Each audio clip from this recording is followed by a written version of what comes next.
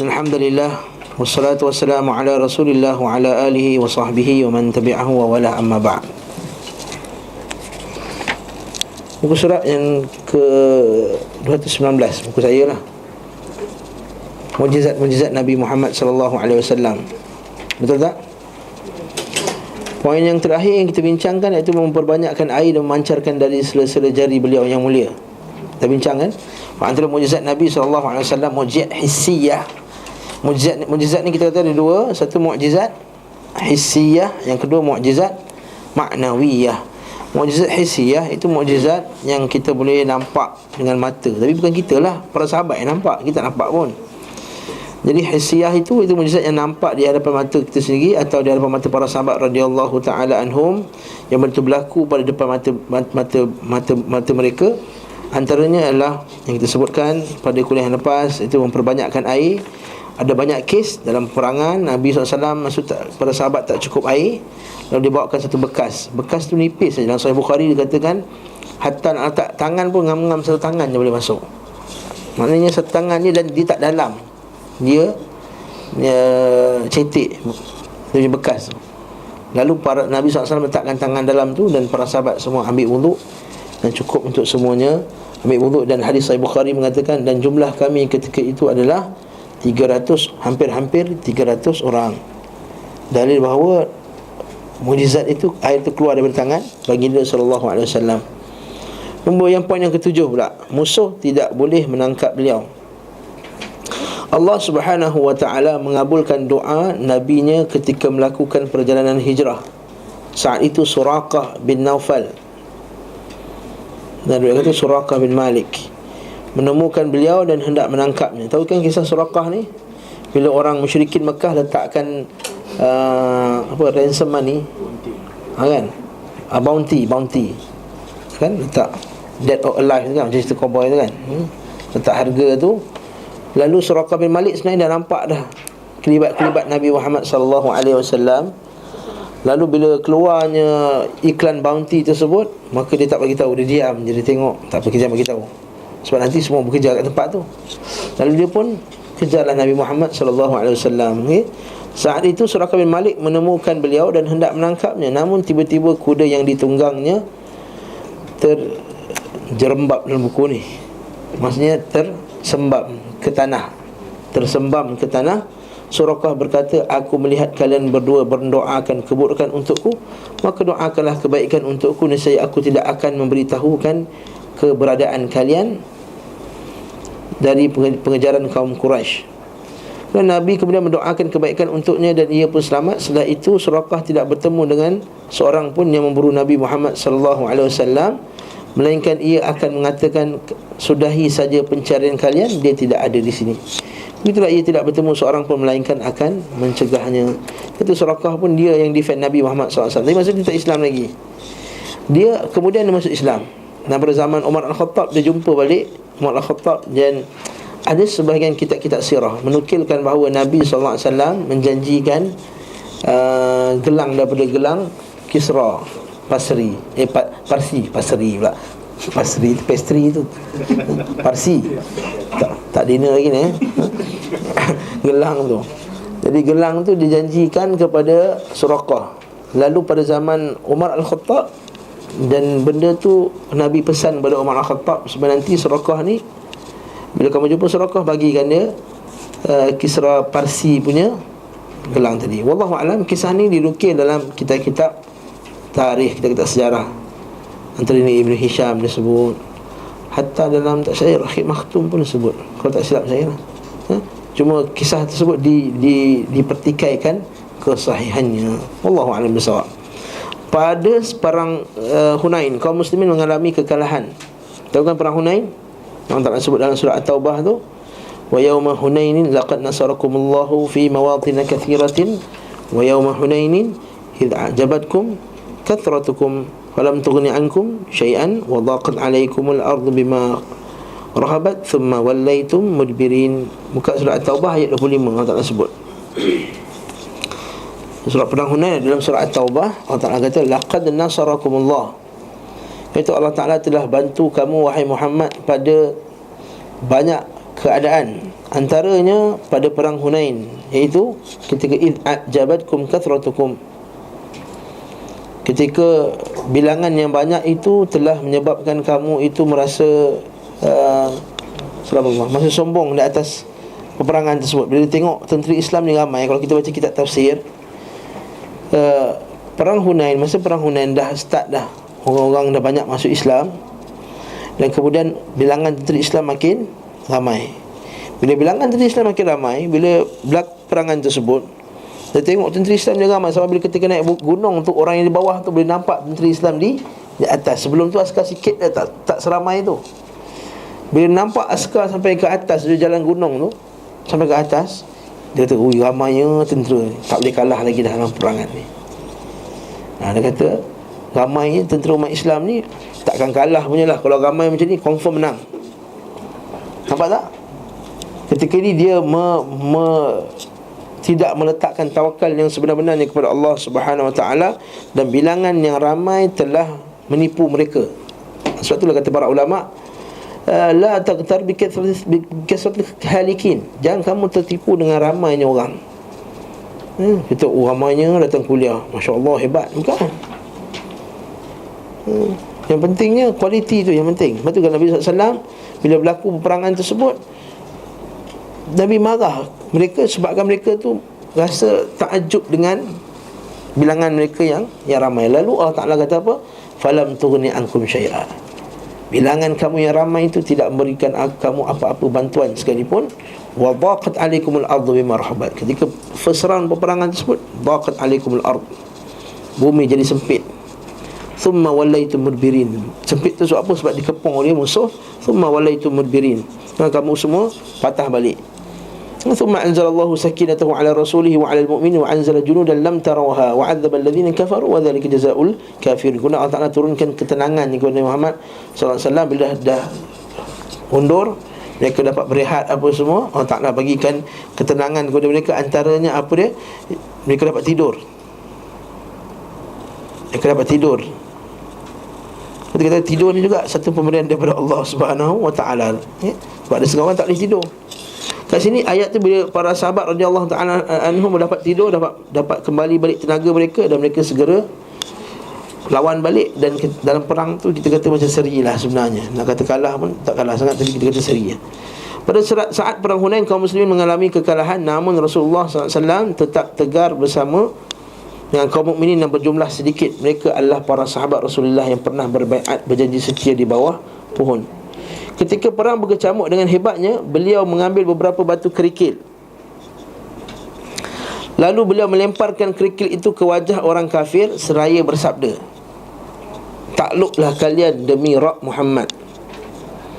Al-Abbas perawi hadis menceritakan, demi Allah, beliau hanya melemparkan kerikil itu kepada mereka, namun sejak itu aku melihat kekuatan mereka semakin melemah dan mengalami kekalahan. Itu maksudnya Muzat Nabi ambil batu, baling, tentera terus jadi lemah. Tu ada orang kita buat perangai macam tu kan. Bila ada polis nak tahan dia ambil waja'alna min baini aidihim sadda, supaya polis tak tahan, roadblock. Kalau tak ada lesen kena juga kita ada. Kalau ada polis tahan, baca ayat tu, waja'alna min baini aidihim. Itu tak sahih, itu confirm tak sahih kisah tu. Allahu a'lam bissawab. Kemudian dalam sebuah riwayat, Salamah bin Al-Aqwa' radhiyallahu an, dia menceritakan, kami berperang bersama Rasulullah sallallahu alaihi wasallam di Hunain. Saat itu Rasulullah sempat terpukul mundur. Dia undurlah. Ketika musuh mengepung Rasulullah sallallahu alaihi wasallam, beliau segera turun dari bagalnya lalu mengambil segenggam tanah.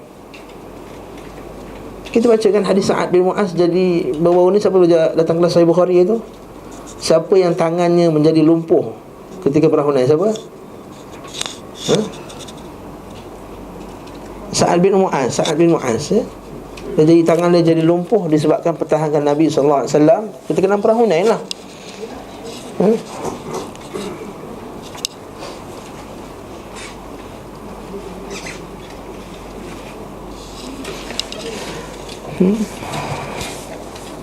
Kita wajah-wajah yang buruk, maka tidak seorang pun dari mereka yang diciptakan Allah melainkan kedua matanya dipenuhi debu yang berasal dari genggaman beliau. Mereka pun mundur melarikan diri. Nabi baling debu tu, semua kena debu. pada wajah mereka. Akhirnya Rasulullah SAW, Allah SWT memenangkan kaum mukminin. Rasulullah SAW kemudian membahagikan harta rampasan perang kepada kaum muslimin. Lepas itu berlakulah kes balik daripada perang Hunain tu, kes berkenaan dengan pembahagian harta perang. Lalu sebagian para sahabat mengajuk dengan Nabi SAW, orang Ansar mengajuk, itu kisah dan seterusnya. Itu dalam kitab sirah dan ngaji. Hadis lainnya adalah seperti yang diriwayatkan oleh Abu Hurairah radhiyallahu anhu. Satu ketika Abu Jahal bersumpah demi Latta dan Uzza bahawa jika ia melihat Nabi SAW salat di masjid yang merupakan tempat berkumpulnya orang-orang Quraisy, dia akan menginjak leher beliau. Ini kisah ni ma'ruf dan juga sahih. Dalam kitab Rahim Makhtum dan kitab-kitab sirah yang lain disebut. Bahkan dia kata demi Allah, dia kata demi Allah. Dalam buku ni kata demi Latta dan Uzza. Dalam kitab sirah disebut demi Allah aku akan halang Muhammad dalam tu. Aku akan atau akan membenamkan wajah beliau di atas pasir tanah. Ketika Abu Jahal melihat Rasulullah SAW sujud, ia bermaksud melaksanakan sumpahnya. Namun ketika nak dekat dengan Nabi SAW, dia terkejut tengok Abu Jahal tegak aja. Tadi bukan beria lagi nak pijak Nabi. Tengah jalan dia tegak. Apa jadi? Dia kata dalam hadis ni, dalam kisah ni, dia kata depanku ada parit berapi. Dalam kisah lain dikatakan bahawa di hadapannya ada seekor unta yang sangat ganas dan ngeri rupanya, yang cuba untuk menyerang. Lalu dia stop depan Nabi SAW, tu dia patah balik. Lalu orang kata apa? Tadi bukan main beria lagi. Ini depan Nabi diam. Dia kata aku lihat binatang yang tak pernah aku lihat dalam keadaan yang begitu ganas nak makan aku. Itu maksudnya sebagai daripada mukjizat Nabi SAW. Tapi ini salah satu keadaan. Dan keadaan lain Nabi kena juga, betul tak? Kita baca juga dalam Sahih Bukhari baru-baru ni, iaitu Nabi SAW diletakkan dalam bab apa? Dalam bab apa? Yang para orang musyrikin letakkan najis di atas badan Nabi SAW. Dalam bab apa? Sahih Bukhari. Buku-buku datang Sahih Bukhari saya kenal ni. Akmal datang kan Sahih Bukhari. Dalam bab kitab taharah. Dalam bab taharah, dia ulama bincang berkenaan dengan adakah tai binatang tu yang halal dimakan najis atau tidak. Dia letakkan atas pada Nabi SAW.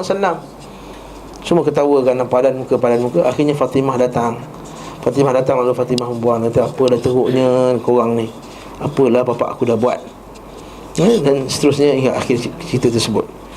Poin dia, ada keadaan yang Nabi kena juga, ada keadaan yang mukjizat Nabi tu ada. Dalil bahawa sekali lagi kita kata mukjizat tu bukan dikontrol oleh Nabi SAW. Kalau mukjizat tak dikontrol oleh Nabi SAW, kita buat satu lagi kesimpulan seterusnya, apatah lagi karamah. Selalu saya tekankan masalah ni supaya kita tidak tertipu dengan tok-tok umur. Bila orang kata ustaz tu ada karamah tu, wali Allah tu ada karamah tu, asal dia barang hilang je, jumpa dia mesti jumpa, boleh jumpa balik barang tersebut. Kita kata itu bukan karamah, itu jin. Rasulullah SAW lalu menjelaskan, seandainya ia tetap mendekatiku, nescaya malaikat akan merenggut anggota tubuhnya satu persatu. Yang ke-8, doa Nabi SAW mustajab. Ini antara yang paling banyak sekali dalam hidup Nabi SAW. Yang pertama, Abu Hurairah, ibunda Abu Hurairah mendapat petunjuk disebabkan doa Rasulullah SAW. Dalam Adabul Mufrad kita akan jumpa hadis ni. Dari Abu Hurairah radhiyallahu anhu, dia menuturkan, dahulu ketika ibuku masih musyrik, aku sering mengajaknya untuk masuk Islam. Ini dalil bahawa dakwah kepada masuk Islam itu dakwah yang paling besar sekali. Lepas tu kita kata albir ilal walidain, kebaikan yang kita lakukan kepada mak ayah kita yang paling besar sekali ialah kita bagi sunnah kat dia. Bukan kek, bukan sambut birthday dia, bukan. Kadang orang tak faham masalah ni. Ada yang birthday yang ke-80, dia nak buat majlis-majlis lagi, ada lagu-lagu lagi. Dia pasang lagu masa 40-an, 60-an supaya mengingatkan mak dia dah tua 80 tahun tu tentang masa-masa muda dulu. Innalillahi wa inna ilaihi raji'un. Jadi ini bukan. Jadi hidayah yang paling benar, yang paling baik yang kita bagikan mak kita adalah hidayah petunjuk. Bukan petunjuk pada Allah, tapi kita hidayah itu apa ni? Hidayatul irsyad. Kan hidayah tu ada dua. Satu hidayatul taufiq, yang kedua hidayatul irsyad. Hidayatul taufiq memanglah milik Allah, tapi hidayatul irsyad, kita bagikan buku kat dia, kita ajak dia pergi kuliah, kita bawa kenalkan dia pada ustaz-ustaz sunnah dah tengok TV Hijrah tiap-tiap hari kita bagi CD untuk ustaz-ustaz sunnah apa semua. Kalau tak dengar, asyik dengar Ustaz Don, jangan tukar. Kita bagi dia dengar Ustaz sunnah. Sekarang saya sebut je. Tak dengar sunat malu lagi dah. Dengar Ustaz-ustaz mengipik dalam tu, Ustaz-ustaz syirik apa semua. Baik kita bawa Ustaz-ustaz sunnah kita yang mengajar akidah yang sahih.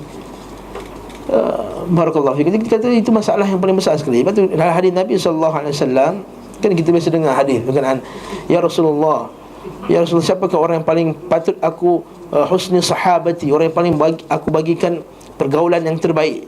Ibu. Hadis itu perlu difahami juga, iaitu ibu tu yang kita patut bagi yang terbaik, dari sunnah yang terbaik, agama yang terbaik, akidah yang terbaik. Patut orang pertama yang patut kita usaha dulu untuk dapat sunnah adalah mak kita. Kalau kita sayang mak kita, mak kita nombor satu kita usahakan dulu. Kemudian isteri kita, kemudian anak kita, kemudian suami kita dan seterusnya. Wa anzir ashiratakal aqrabin. Betul Abu Hurairah disedih. Kalau kita dalam ni dia dah ringkaskan. Kalau kita baca dalam Adabul Mufrad, dia kata aku sering mengajaknya untuk masuk Islam. Dan kemudian sebelum tu dia kata apa? Ya Rasulullah, setiap kali aku menghadiri kuliah-kuliahmu, aku dengar majlis-majlismu, bila kau sebutkan berkenaan dengan orang musyrikin dalam neraka, aku rasa sangat sedih dan tak tahan. Sebab itulah dia sentiasa nak ajak mak dia masuk Islam. Suatu hari aku mengajak dia masuk Islam, tapi ia malah mengutarakan kata-kata yang tidak aku sukai terhadap diri Rasulullah SAW. Nampak macam dia kutuk Nabi lah, tapi dia maki mak dia kan? Tak kan? Nampak? Kita kadang-kadang mak kita ni sikit dah. Ada yang dalam Facebook tu sesatkan mak sendiri pun ada. Sebaik dia tu psycho. Kemudian aku menemui Rasulullah SAW sambil menangis dan berkata, wahai Rasulullah, aku kerap kali mengajak ibuku masuk Islam, namun dia selalu menolak, bahkan mengucapkan kata-kata yang tidak aku sukai tentang dirimu. Dia tak cakap, malah mohonkanlah kepada Allah agar ibuku mendapat petunjuk dan hidayah. Setelah mendengar penjelasanku, Rasulullah pun langsung berdoa, ya Allah, berikanlah hidayah kepada ibunda Abu Hurairah.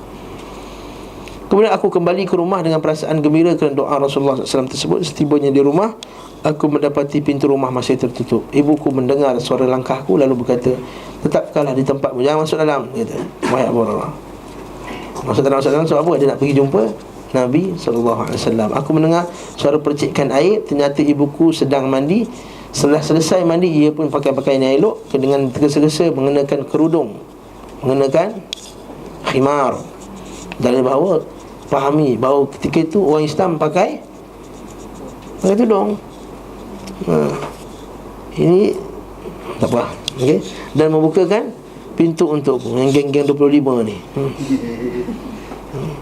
Seraya berkata, wahai Abu Hurairah, sekarang aku bersaksi bahawa tiada ilah yang berhak diibadahi selain Allah, dan aku bersaksi bahawasanya Muhammad adalah hamba Allah dan Rasulnya. Abu Hurairah berkata, aku segera kembali menemui Rasulullah SAW sambil menangis kerana begitu gembira. Wahai Rasulullah, aku sungguh senang dan gembira kerana Allah telah mengabulkan doamu. Jelasku Rasulullah SAW lalu memuji Allah dan mengajarkan syukur kepadanya serta mengatakan perkataan yang mengandungi kebaikan. Kalau kita baca hadis itu ada sambungan lagi.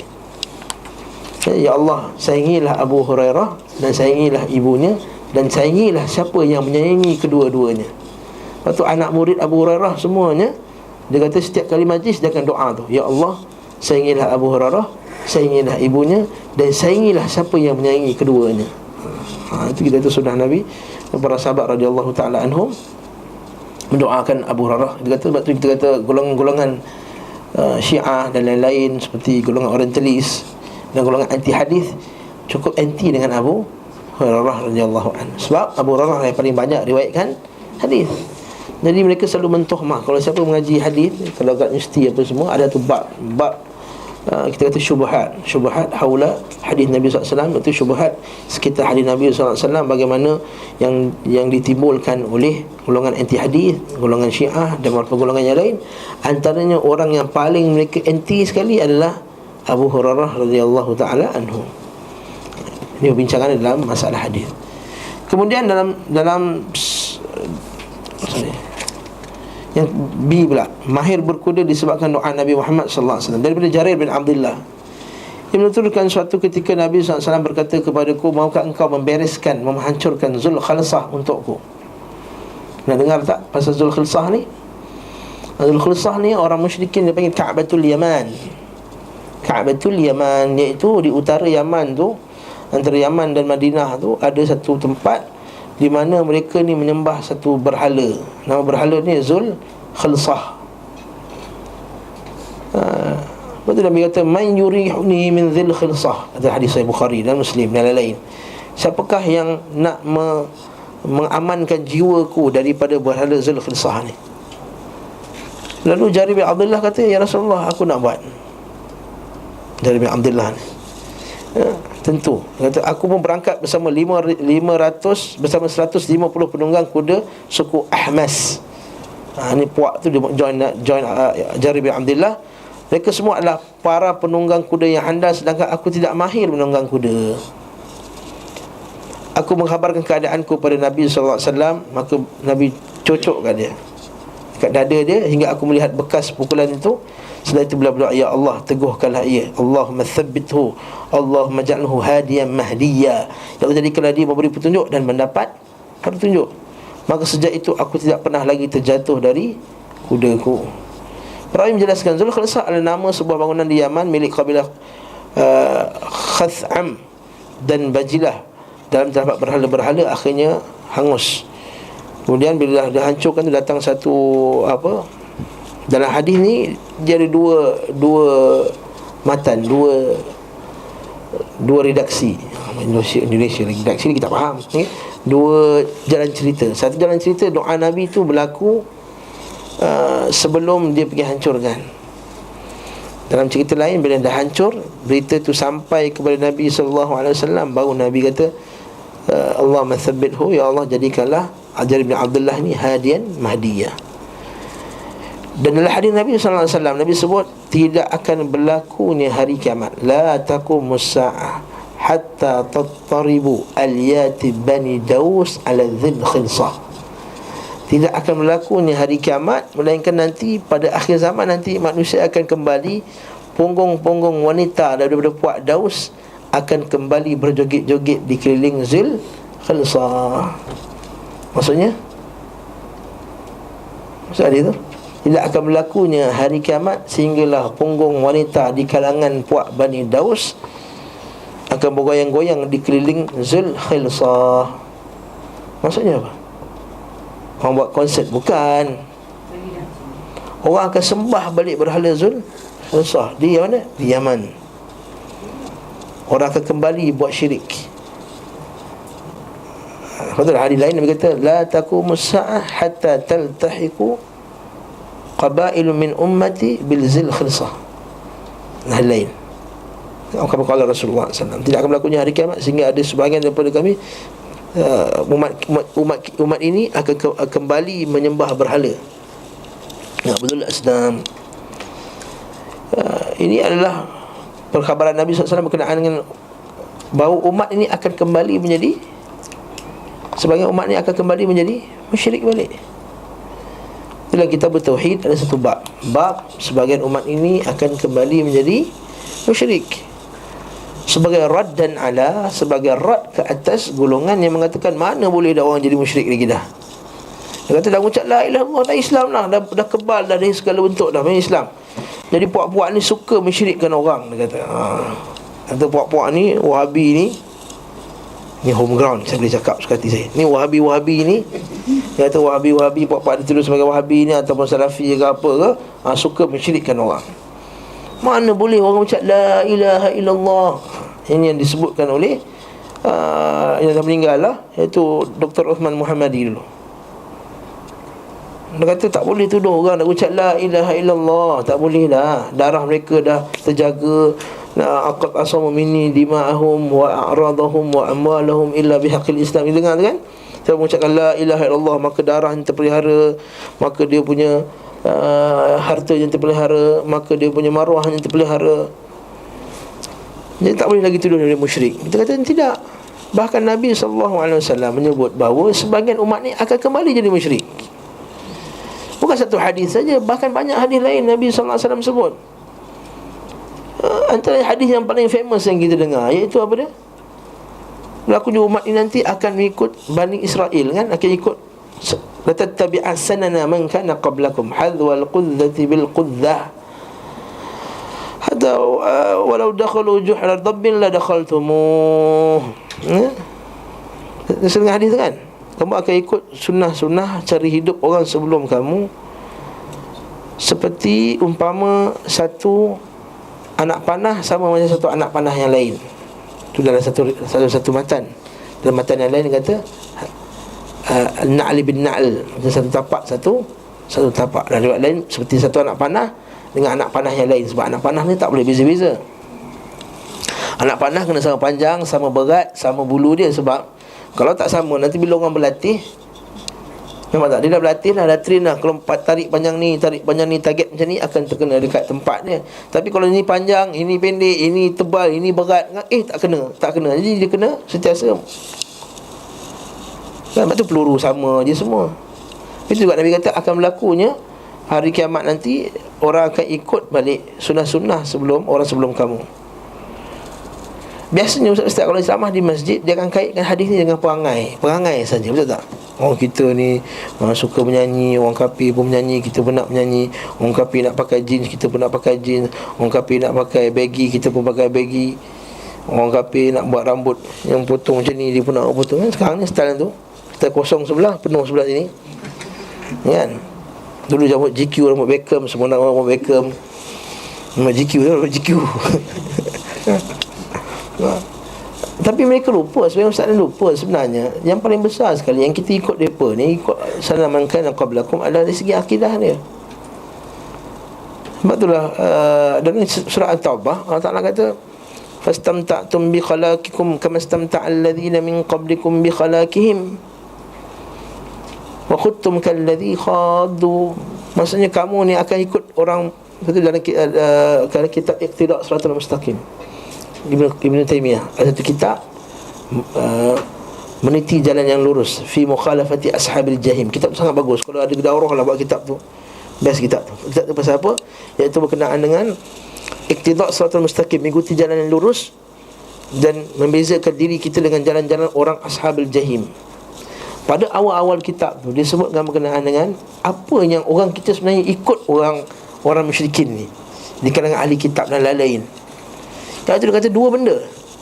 Satu dari segi masalah dunia, yang kedua dari segi masalah agama. Masalah dunia iaitu istimta'tikum, iaitu kamu ni bersenok-senok dengan dunia. Itu nombor satu yang kita ikut dengan orang kafir. Bagaimana hidup mereka sentiasa berseronok, nakkan hedonisme, muzik 24 jam cucuk kat telinga mereka. Kita pun macam tu juga. Kita didik anak kita untuk sentiasa dalam telinganya ada muzik. Lepas tu kejap-kejap kan tak ada benda pun dia boleh goyang-goyang kepala dia. Orang budak-budak muda sebenarnya tangan tu bergerak lah, ada je, padahal tak ada benda pun. Kaki tu macam ni. Sekarang ni sama juga, sikit-sikit let ego budak kecil sekarang, betul tak? Nyampah kadang-kadang abang dengar budak ni, let ego, budak ni let ego. Tak ada lagu lain dengan dunia ni. Budak kecil kan, nampak tak? Apa dia, bukanlah saya kata budak tu jahat, budak tu dia naif, dia tak ada benda. Dia kata budaya tu dia masukkan. Sebab anak saya pun terkena juga let it go ni, tak cerita tu. Nak beg Frozen ni baru kan sedap sangat cerita tu. Best lagi He-Man. Tak apa cerita lain lah. Voltron lagi best lagi, tak apa cerita lain. Tapi kita katakan dua. Dan kita Ibn Taymiyah sebut dua. Satu dengan dunia. Sebab tu Nabi kata apa? Inilah akhsha alaikumul faqr. Aku tak takut pada kamu al-faqr, walakin akhsha alaikum an tufattaha alaikum khazain dunya. Aku bukan salah. Apa aku takut adalah dibukakan bagi kamu segala harta dunia ini. Kemudian fatanafasu fiha kama tanafasu fiha fa ahlakatkum fa tuhlikakum kama ahlakathum. Dia kata aku takut dibukakan kepada kamu dunia, maka kamu akan bekerja-kerja pada dunia tersebut macam mana mereka dulu bekerja-kerja pada dunia, dan kamu juga akan dimusnahkan oleh harta tersebut sebagaimana mereka dulu. Mereka ni siapa? Orang mak sebelum kamu lah. Dah panjang lah Ibn Taymiyah cerita pasal nak dunia apa semua ni. Dan bab yang kedua, Ibn Taymiyah kata macam mana kita ni wa khuttum kalladhi khadu.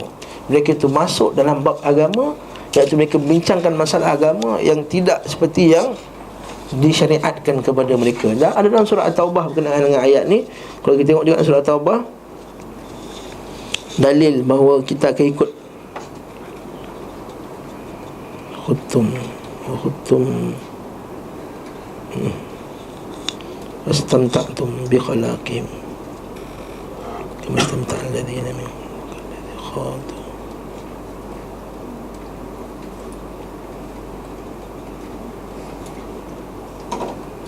Buka surah At-Taubah 60 ayat 69. Cantik ayat ni. Taimiyah letakkan ni. Allah Ta'ala sebut dalam Al-Quran. Jumpa tak ayat tu? كالذين من قبلكم كانوا أشد منكم قوة وأكثر أموالا وأولادا فاستمتعوا بخلاقهم كما فاستمتعتم بخلاقكم كما استمتع الذين من قبلكم بخلاقهم وخذتم كالذي خاضوا أولئك حبطت أعمالهم في الدنيا والآخرة وأولئك هم الخاسرون. Nasib kamu wahai orang munafik adalah sama dengan nasib orang-orang sebelum kamu yang telah dibinasakan. Mereka lebih kuat serta lebih banyak harta benda dan anak pinak daripada kamu. Okey. Nombor satu apa dia? Seterusnya mereka bersenang-senang dengan bahagian mereka dengan dunia. Maka kamu pula bersenang-senang dengan bahagian kamu. Nombor satu. Nombor satu, ciri-ciri kita ikut orang-orang sebelum kita adalah bersenang-senang. Sebab tu kita dilatih untuk bersenang-senang, dilatih untuk ditanamkan untuk bersenang-senang. Bila nak suruh mengaji, malas mengaji. Bila nak suruh berjuang, malas berjuang. Bila nak suruh buat program, malas buat program. Nak angkat kursi sebiji pun susah. Nak buat daurah, nak tolong angkat kursi sebiji pun tak ada. Dah biasa, bersenang-senang. Okey. Dan kamu pula, ni masuk bab kedua pula. Dan kamu pula memperkatakan perkara yang salah dan dusta sebagaimana mereka memperkatakannya, iaitu dalam bab agama. Wa khuttum kalladhi khadu. Mereka masuk dalam agama, cakap pasal agama, tak ada dalil, tak ada hujah dalam Quran dan Sunnah, cakap main sedap. Ini penyakit orang sebelum kamu. Lepas tu kita kata penyakit orang sebelum ada dua. Satu, dunia. Yes, ini banyak ustaz-ustaz sebut. Tapi bab akhirat tu, bab agama, iaitu bagaimana mereka tu sesat dalam bab agama, kita tak cerita. Sebab tu dah akhir hadis tu dia kata, siapakah mereka ya Rasulullah? Adakah Yahudi dan Nasrani? Siapa lagi? Jadi orang Yahudi dan Nasrani, nombor satu, apa kesesatan paling besar mereka adalah syirik kepada Allah. Jadi Syekh Abdul Wahab letakkan kita bertauhid bab ni, iaitu akan ada sebagian umat ini kembali menjadi musyrik. Ayat tu, hadis Nabi kata kamu akan ikut orang sebelum kamu, Yahudi dan Nasrani. Nombor satu yang kita akan ikut adalah syirikkan kepada Allah. Apa syirik orang Nasrani? Mengagung-agungkan Isa alaihi salam. Macam juga kita sebagai umat kita menjadi syirik kerana mengagung-agungkan Nabi Muhammad sallallahu alaihi wasallam di luar batasannya, hulu dalam mengagung-agungkan Nabi Muhammad SAW sehingga ke makam ketuhanan, dan seterusnya menghulu dalam mengagung-agungkan orang yang salih. Itulah lari tajuk sikit. C, turunnya hujan dengan sebab doa Nabi Muhammad SAW. Dari Anas bin Malik radhiyallahu anhu, ia menuturkan orang-orang pernah mengalami kemarau panjang pada zaman Nabi SAW. Ketika itu hari Jumaat, ketika beliau sedang berkhutbah, tiba-tiba seorang badui berdiri seraya berkata, "Ya hai Rasulullah." Orang badui ni tak kerti agaknya kan. Dia tengah khutbah, dia bercakap dengan Nabi sallallahu alaihi wasallam.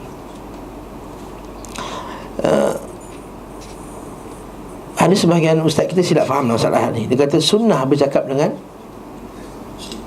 khatib. Dia tak sunnah. Dia dibenarkan kalau keadaan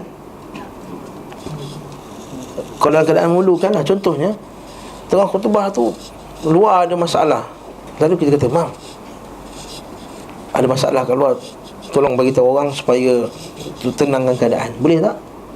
Boleh, macam tu boleh. Pergi cakap dengan terus. Tapi tak sunnah. Bukan kata sunnah. Kalau sunnah bercakap, kita bercakap lah ni, dia buat ni. Assalamualaikum Khatib, sunnah bercakap? Tak. Dibolehkan bercakap sekiranya ada urusan yang tertentu. Yes, wahai Rasulullah sallallahu alaihi wasallam, harta benda berupa ladang kami telah binasa dan keluarga kami kelaparan, maka berdoalah kepada Allah. Biasa kita dengar kan bab-bab masa banjir tu, hadis ni kita dengar. Beliau pun mengangkat kedua tangannya untuk berdoa. Saat itu kami tidak melihat ada gumpalan awan di langit, namun demi zat yang jiwaku berada di tangannya, sebelum beliau menurunkan tangannya, tiba-tiba awan sudah bergumpal seperti bukit-bukit. Dan sebelum beliau turun dari mimbar, aku melihat hujan sudah turun hingga janggut beliau basah. Ya, maksudnya Nabi kan khutbah Masjid Nabawi, mana ada bumbung. Ketika Qiyamul Lail pun, bila hujan, tanah tu kena lumpur kan, berlumpur tanah tu. Hujan terus turun pada hari itu, keesokan harinya dan hari-hari berikutnya, bahkan hingga Jumaat berikutnya. Pada hari Jumaat berikutnya, orang Badui itu pula datang sekali lagi. Dia kata, wahai Rasulullah, banyak bangunan dah roboh sebab hujan. Terlebih pula hujan. Harta benda kami tenggelam dan hanyut, maka berdoalah kepada Allah untuk kebaikan kami. Beliau kemudian mengangkat kedua tangannya berdoa, Allahumma hawalaina wala alaina, di bawah tu kan, dari riwayat lain. Maka sebelum beliau memberi isyarat dengan tangannya ke awan, tiba-tiba gumpalan awan itu terus menghilang. Doa Nabi makbul. Ketika itu Madinah sudah seperti danau, sedangkan air tersebut mengalir di lembah Qanat. Lembah Qanat tu kat mana? Nak tahu lembah Qanat kat mana? Dekat tempat Uhud tu. Lembah Qanat. Dekat Uhud, dekat Uhud tu ada satu lembah tu panggil lembah Qanat selama 1 bulan penuh. Dan tak seorang pun yang datang ke Madinah dari daerah sekitarnya, melainkan ia mengkhabarkan tentang terjadinya hujan lebat di daerahnya. Maksud semua daerah kena, bukan kawasan itu sahaja. Dalam sabda lain Nabi katakan, Allahumma hawalaina wala alaina alal akam wal jibal wal ajam wal dhirab wal awdiyah wa madabiti syajar. Ya Allah, turunkanlah hujan di sekitar, di daerah sekitar kami, janganlah di atas daerah kami. Ya Allah, turunkanlah di atas bukit-bukit, pergunungan, hutan-hutan, gunung-gunung kecil, lembah-lembah, serta tempat tumbuhnya pohon-pohon. Itu minta doa, minta tolak hujan. Ni doa tolak hujan ni. Tak perlu panggil bomoh tolak hujan. Tak perlu panggil weather consultant, bahasa moden ni. Anas menuturkan, hujan pun berhenti, lalu kami keluar berjalan-jalan di bawah sinar matahari. Tapi ini adalah satu keadaan. Dan keadaan lain, doa Nabi ada juga tidak makbul. Dan Nabi kata, aku minta 3 perkara, 2 makbul, 1 tak makbul. Aku minta agar umat ini tidak mati semuanya bisanah. Aku tak minta umat ini dimusnahkan dengan terbakar, semuanya mati. Tidak juga mati dengan kelaparan semua sekali. Dan aku minta yang ketiga, tidak dimusnahkan mereka, melainkan daripada musuh diri mereka sendiri. Lalu yang ketiga tu Nabi tak makbulkan. Itu akhirnya Nabi kata, supaya tidak berpecah umat ini, tidak bergaduh antara satu sama lain. Dan 2 makbul, 1 tak makbul. Maksud doa yang Nabi yang ketiga tu, iaitu agar umat ini tidak berpecah, bergaduh, doa Nabi tak makbul. Maksudnya umat ini akan tetap berpecah. Dari segi logiknya benar. Sebab bagaimana kita kata tak berpecah sekiranya selagi ada benda yang jahat dalam bumi ini, betul tak? Dan benda yang jahat tu akan ada sampai akhir zaman.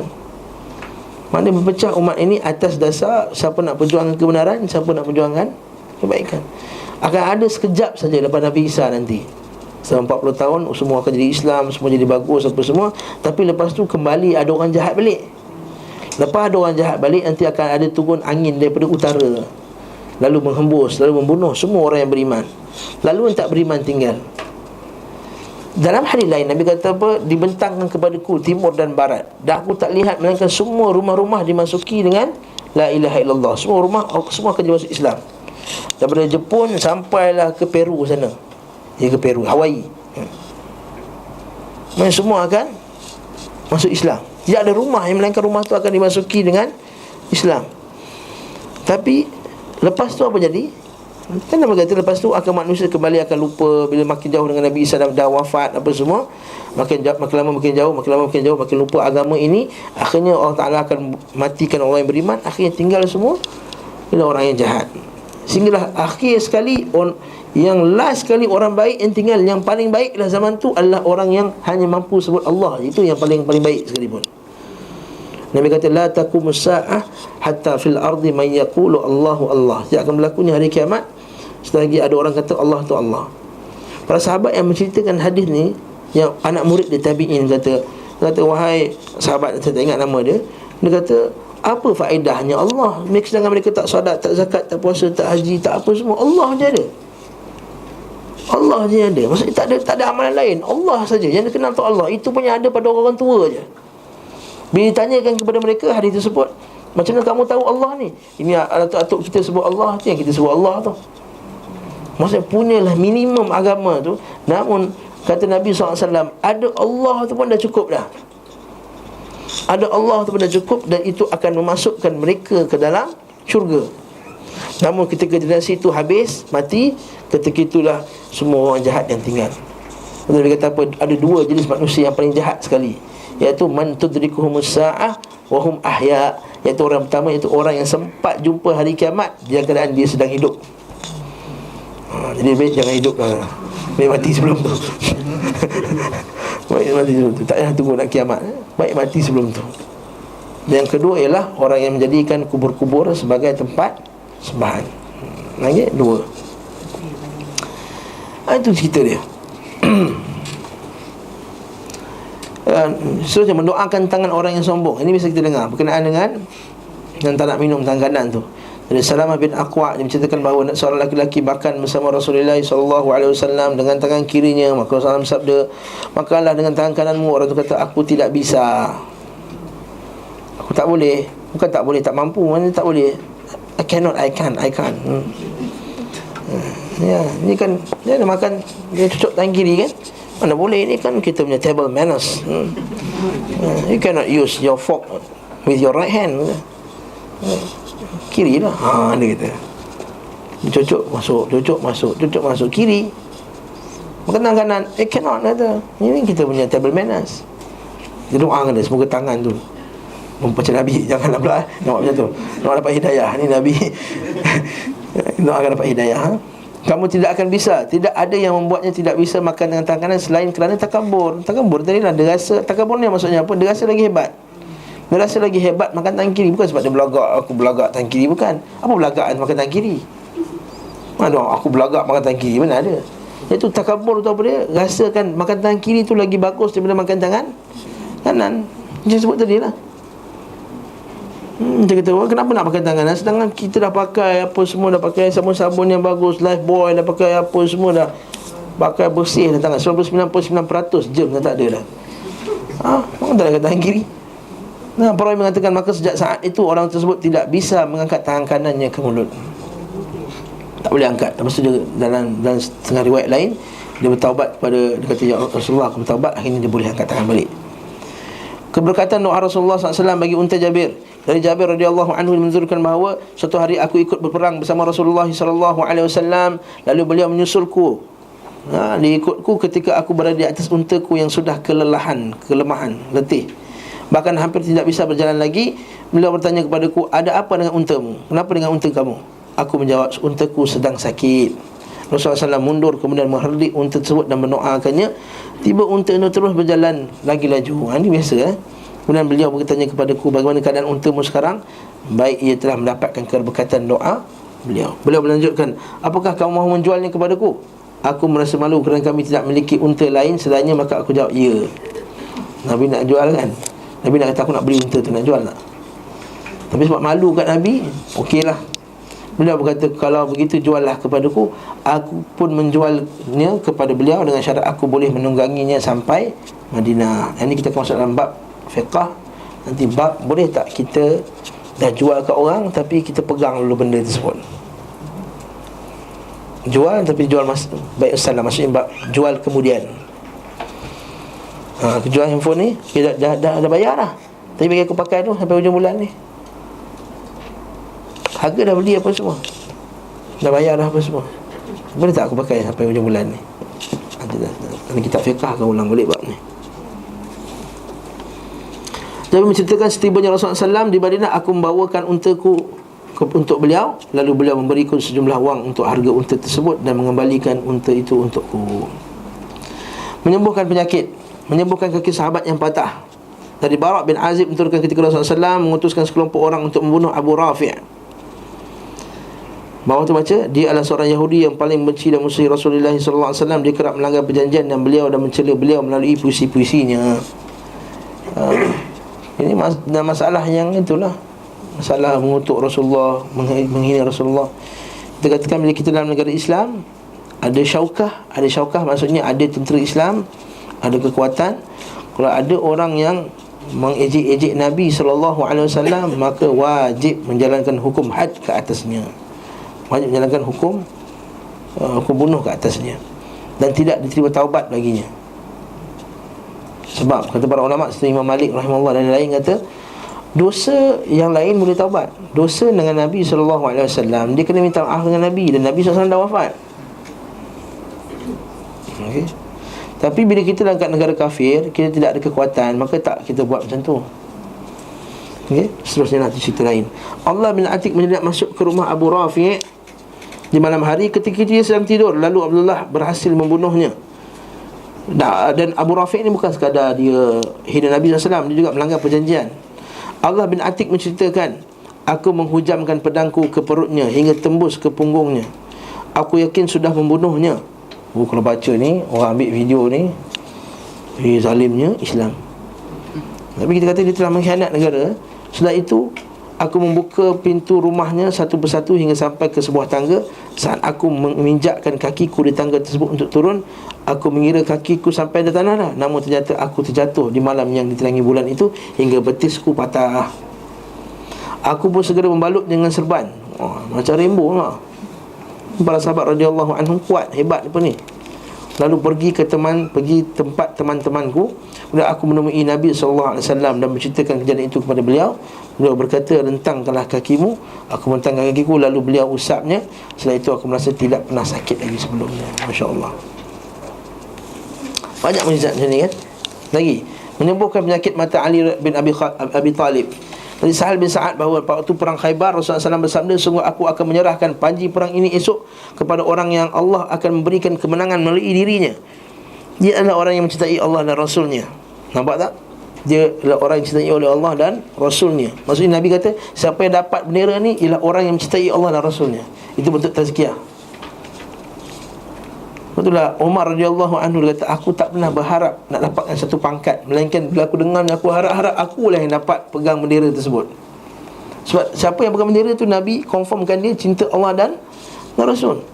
Maka pada malam itu para sahabat pun berselisih tentang siapakah meneka-neka, siapa di antara mereka yang dapat diberikan bendera itu. Pagi harinya orang-orang bergegas menemui Rasulullah, masing-masing berharap dia lah yang diberikan panji tersebut. Mula berkata, di manakah Ali bin Abi Talib? Para sahabat menjawab, dia sedang menderita sakit mata, wahai Rasulullah. Dan mereka pun mengutus seorang untuk memanggilnya, menghadapkan kepada beliau. Rasulullah SAW meludah kedua mata Ali. Ini Nabi, bukan ustaz. Ini orang pergi ludah dalam mulut orang tu buat apa? Nampak tak? Ada satu ustaz dekat Malaysia ni, nak sebut je nama dia, Nazrul, Ustaz Nazrul, dia juga Al-Azhar. Dia kata, Syekh, boleh tak aku mahu sebahagian daripada dirimu, Syekh? Lalu dia kata, buka mulut engkau. Buka, dia pun ludah dalam mulut, dia masuk dalam mulut. Lepas tu bangga lah tu, cerita kat satu Malaysia cerita. Inna lillahi wa inna ilaihi raji'un. Inna lillahi wa inna ilaihi raji'un. Nabi badannya barakah. Syekh, kita tak tahu keadaan kita macam mana. Ada tak orang pergi ambil Ali Abu Bakar Siddiq? Kalau ada sila bawa kan. Ada tak orang ambil Ali Umar, Ali Uthman, Ali. Adakah guru ni lagi hebat daripada Abu Bakar, Umar, Uthman dan Ali? Kemudian mereka mengutus seorang, dan kemudian Nabi meludah pada mata dan mendoakan kebaikan untuknya. Ali pun sembuh sehingga ketika itu seperti tidak pernah merasakan sakit sebelumnya. Setelah itu Rasulullah SAW menyerahkan panji perang yang dijanjikan kepada Ali radhiyallahu an. Ali berkata, wahai Rasulullah, apakah aku mesti memerangi mereka sampai mereka menjadi seperti kita? Beliau menjawab, berangkatlah perlahan-lahan, ala rislik, dia kata, Sampai engkau tiba di wilayah mereka, kena ajaklah mereka masuk Islam. Pertama sekali kena ajak masuk Islam, dan khabarkan kepada mereka apa yang diwajibkan kepada mereka dari hak Allah. Demi Allah, sesungguhnya Allah memberikan petunjuk kepada satu orang. La'allah la an yahdiyallahu bika rajulan wahidan khairun laka min hamrun na'am. Bisa dengar kan hari ini? Sebenarnya seorang, kalau kamu dapat hidayah, Allah Ta'ala beri hidayah kepada seseorang kerana usahamu. Dalam Islam dia mengiktiraf sebab. Islam mengiktiraf hidayatul irsyad. Tak seperti ahli bid'ah. Ahli bid'ah menafikan hidayatul irsyad, menafikan sebab. Ahli sunnah menetapkan sebab. Betul, sekarang ahli bid'ah sebut Panadol tu boleh hilangkan pening kepala pun dia kata tak boleh, syirik. Kalau tadi kau kenyang sebab apa? Tanya dia, kenyang sebab apa kau kenyang ni? Kalau kata kenyang sebab aku makan tadi, syirik kau. Allah Ta'ala yang kenyang. Tak berani pula. Barakallahu fikum. Ahli bid'ah dia kata tidak boleh mengisbatkan sebab. Kalau kita baca satu buku yang dikarang oleh Syekh Safar Al-Hawali berkenaan dengan mazhab Asy'ariyah, dia katakan bahawa kalau kamu kata yang memotong itu pisau, syirik kamu, kufur.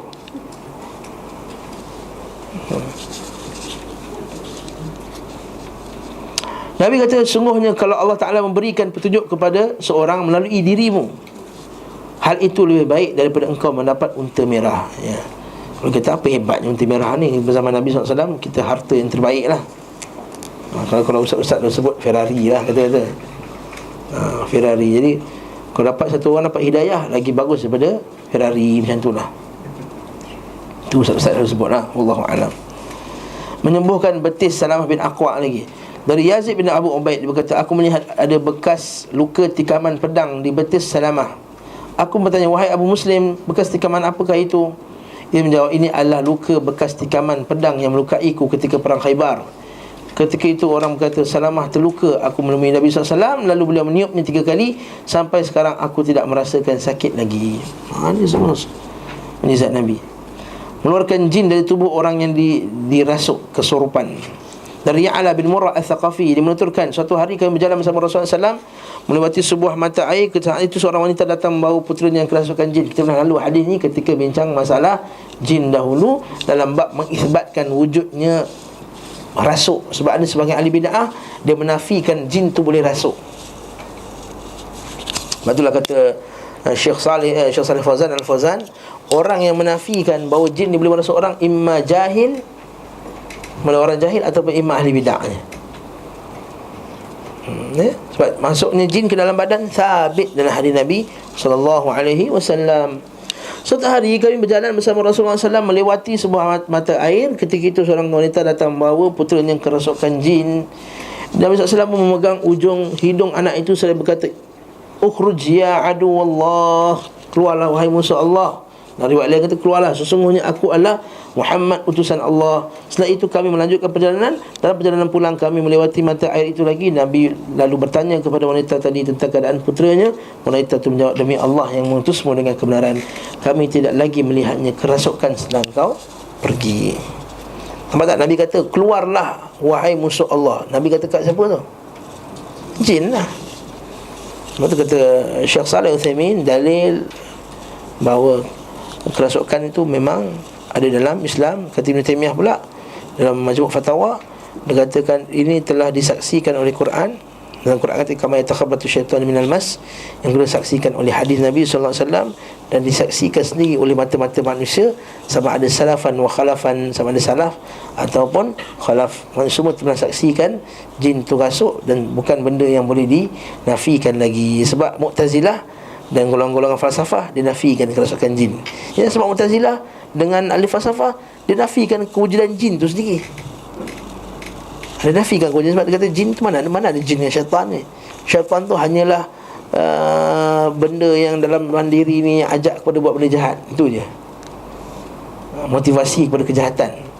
Itu je. Mengkhabarkan hal-hal gaib. Nabi juga mengkhabarkan hal gaib. Di antara Nabi SAW mengkhabarkan, memberitahukan tentang tentang Allah, nama-nama, sifat-sifat dan perbuatannya, juga tentang para malaikat, sifat-sifat mereka, tentang alam jin, syurga, neraka, kisah-kisah umat terdahulu seperti Nabi Adam, Nabi Nuh, Nabi Saleh, Nabi Ibrahim, Nabi Musa, Isa dan seterusnya. semuanya datang dengan terperinci. Ini juga mukjizat Nabi. Hal seperti ini, kata penulis, tidak mungkin dilakukan oleh seorang laki-laki yang tidak bisa menulis dan membaca.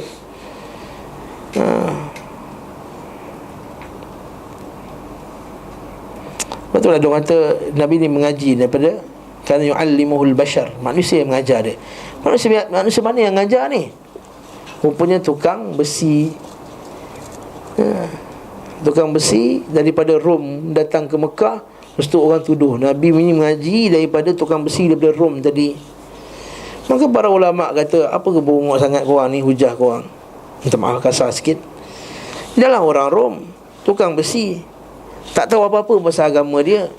Kemudian Nabi Muhammad SAW belajar pasal dia bahasa Arab dengan nahu yang tinggi, dengan grammar yang tinggi. Kemudian cerita pula pasal kaum-kaum yang terdahulu. Belajar daripada dia. Tak logik lah, kan? Sebab tu kita kata hal ini tidak bisa dilakukan oleh orang yang tak boleh menulis dan membaca, serta tidak pernah bergaul dengan orang yang mempelajari sejarah umat-umat terdahulu dan mengetahui berita-berita tentang mereka. Lebih daripada itu, beliau juga mengkhabarkan berita yang belum pernah diketahui oleh mana umat pun. Juga khabar-khabar disembunyikan oleh ulama-ulama ahli kitab.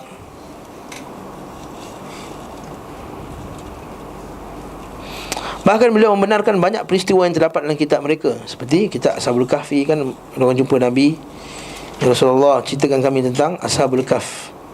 Nabi kata, besok aku cerita. Lepas tu Nabi lupa cakap InsyaAllah. Semua tahu cerita tu. Nabi lupa cakap InsyaAllah. Lalu jadi apa?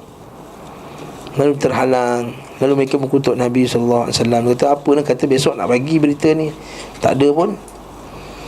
Akhirnya datanglah teguran daripada Allah SWT dalam surah Al-Kahf tu, wala taqulanna li syai'in inni fa'ilun dzalika ghadan illa in Allah. Janganlah kamu katakan tentang perkara yang kamu akan lakukan besok, melainkan kamu katakan insya-Allah. Semua itu menunjukkan bahawa pengetahuan-pengetahuan yang beliau sampaikan itu berasal daripada Allah yang Maha mengetahui lagi Maha mengenal. Tilka min amba'il ghaibi nuhiha ilaik wa ma kunta ta'lamuha anta wala qaumuk. Itulah berita daripada berita gaib yang kami wahyukan kepada kamu, wahai Muhammad. Tidak pernah engkau mengetahuinya dan tidak pula kaummu. Sebab itulah atas dasar inilah kita katakan mustahil bagi manusia mengatakan sesuatu tentang perkara gaib. Antara perkara gaib adalah berkenaan dengan ganjaran-ganjaran yang tertentu ataupun azab-azab tertentu kalau kita lakukan. Contohnya, siapa yang buat sekian-sekian, pahalanya sekian-sekian-sekian. Nampak tak? Lepas tu kita anti perbuatan ni. Kita bukan anti sebabkan orang nak bersolat tu, bukan. Kita tak pernah anti orang nak solat. Tapi kita anti, kita marah bila orang buat satu perkara, dia cakap benda yang gaib, sedangkan tak ada hujah daripada Nabi SAW. Sebab tak ada siapa yang tahu benda gaib tersebut. Lepas tu bila para sahabat radhiyallahu ta'ala anhu sabit dalam hadis yang sahih, mereka mengucapkan perkara-perkara gaib, kita isbatkan bahawa ia mesti datang daripada Nabi SAW. Contohnya berkenaan bila hadis Abu Hurairah berkenaan dengan baca surah Al-Kahf malam Jumaat, kan? Siapa yang baca Al-Kahfi malam-malam Jumaat, dia akan diberi cahaya sampai Jumaat yang depan.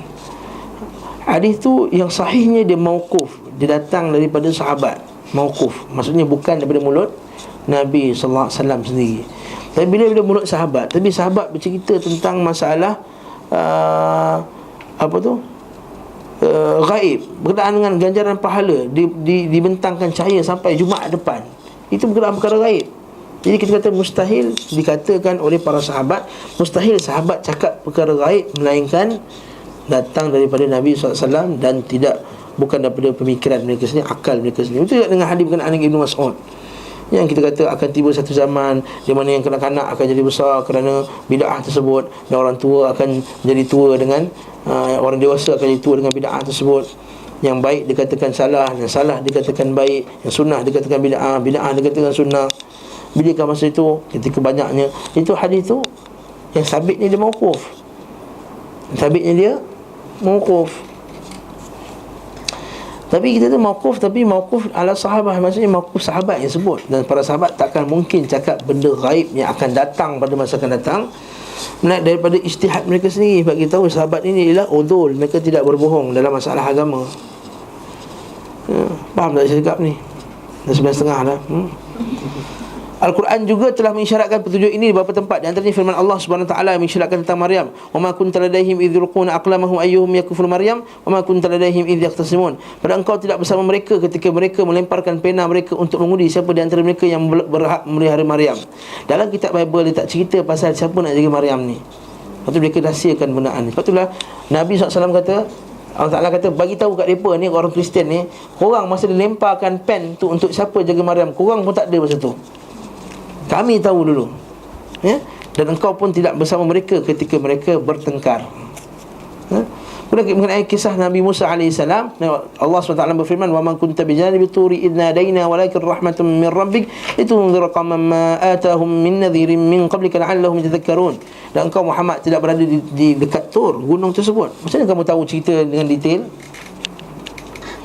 Yang Allah Ta'ala kata, bukakan kasut kamu, naiklah apa tu, itu tongkat, kau buat apa dengan tongkat tu? Tongkat aku nak halau ni, tongkat aku digunakan untuk jaga kambing, untuk juga ambil buah ke apa ke.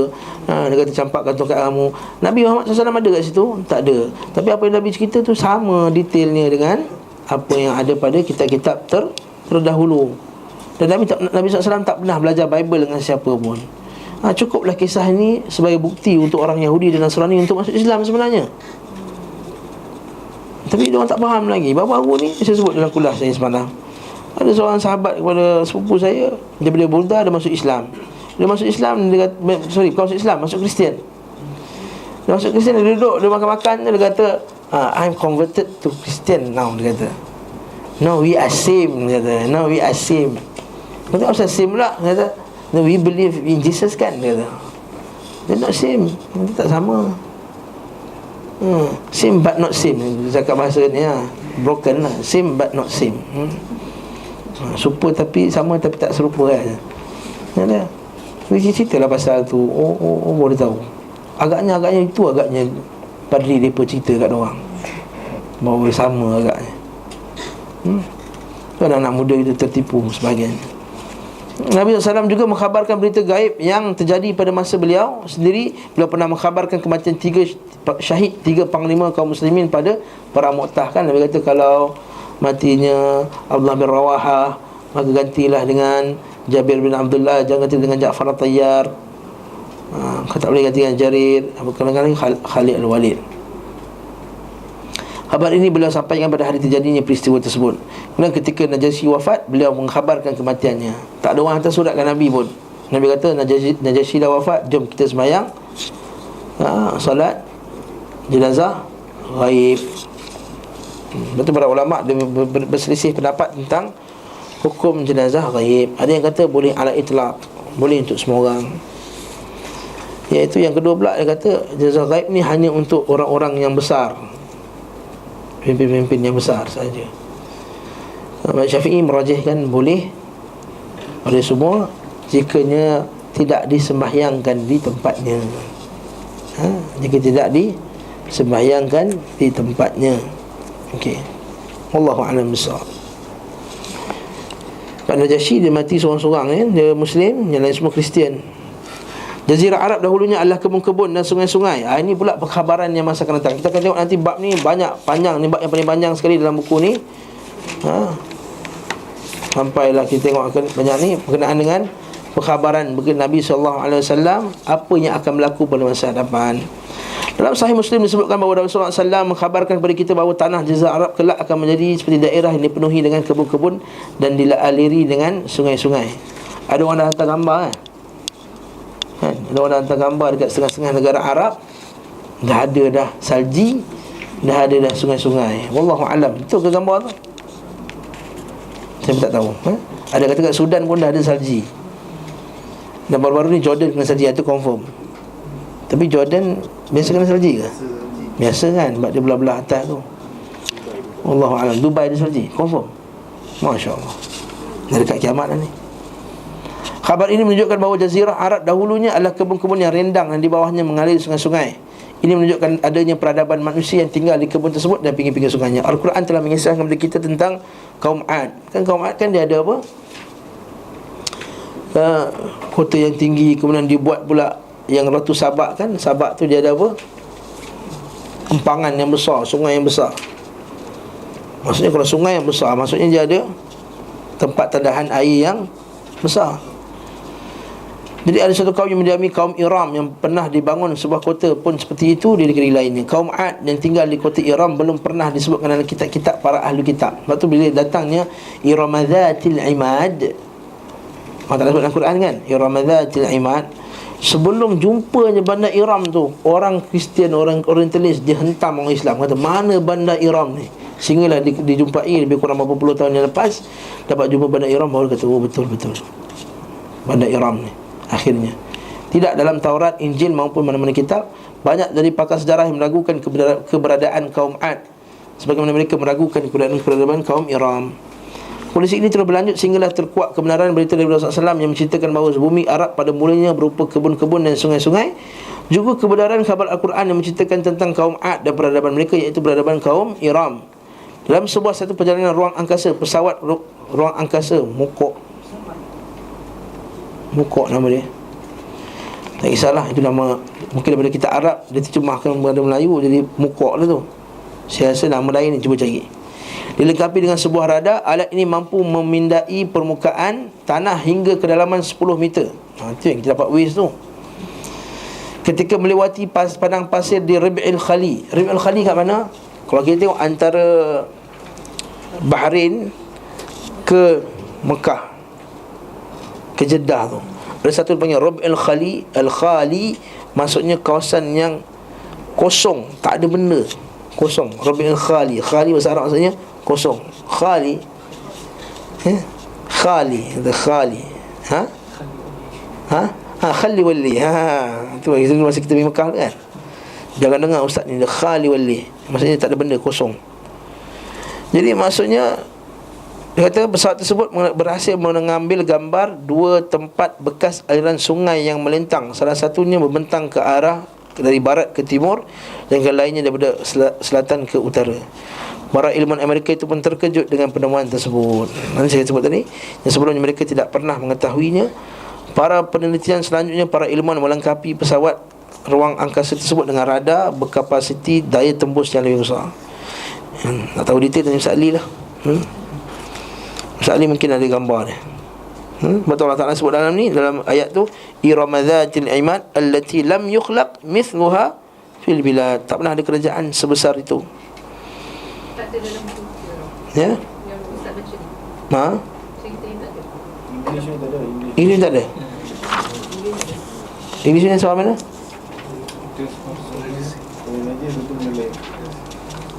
Cerita apa pula?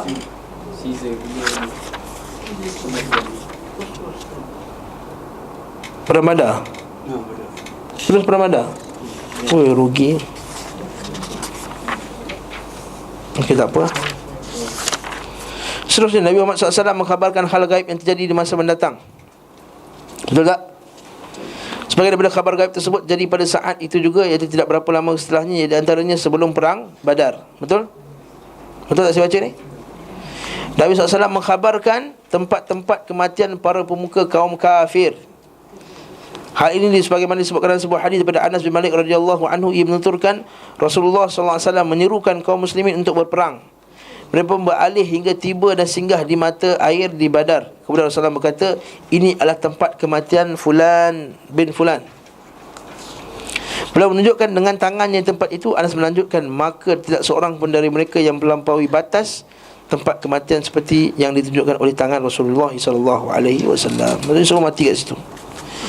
Dan antara khabar lain-lain, khabar gaib adalah khabar mengenai sesuatu yang terjadi sepeninggalan beliau.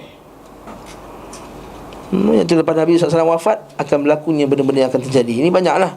Antaranya hadis yang biasa kita dengar, idza halaka Kisra fala Kisra ba'dah, wa idza halaka Qaisar fala Qaisar ba'dah, walladhi nafsi biyadihi la tunfiqunna kunuzahuma fi sabilillah. Adapun Kisra telah hancur, maka tidak akan ada Kisra lagi setelahnya. Betul tak? Lepas kerajaan Umar hancurkan, tak ada dah sampai Raja Shah Jahan lah tu. Shah Jahan pula raja apa tu? Shah lah kan? Shah Reza Shah Jahan pula. Demi zat yang jiwaku berada di tangannya, semua kalian akan menginfakkan seluruh harta yang demikian kedua kerajaan tersebut di jalan Allah.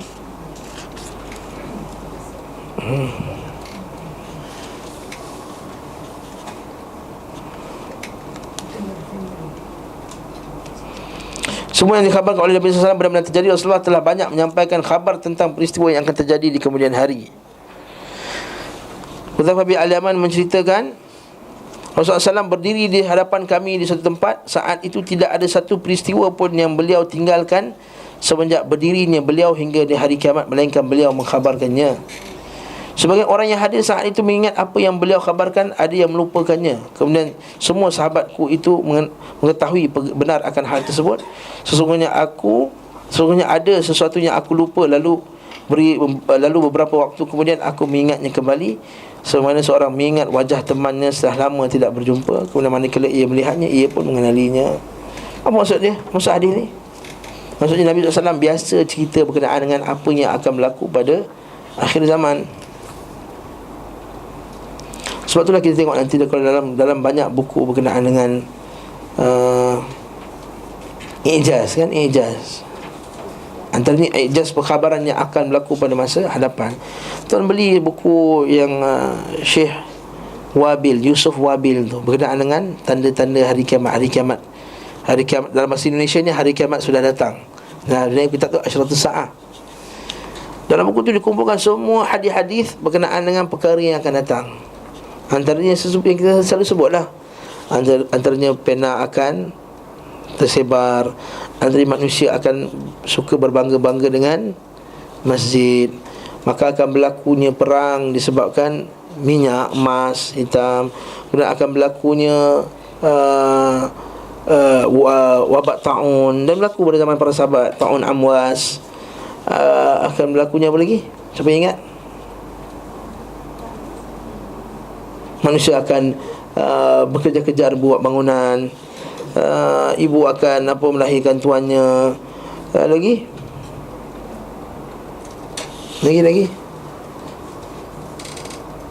Dajjal akan keluar yang nabi palsu. Akan keluar yang akan keluar pada umatku 30 orang yang mengaku dirinya nabi. Dajjalun thalathun kulluhum yaz'umun annahu nabi. Setiap orang mendakwa bahawa dia tu nabi. Sebab itu semua dah ada lah. Saya kata banyak benda ni kita akan tengok dalam bab ni, dalam bab hari kiamat, buku 7. Buku apa? Buku apa ni?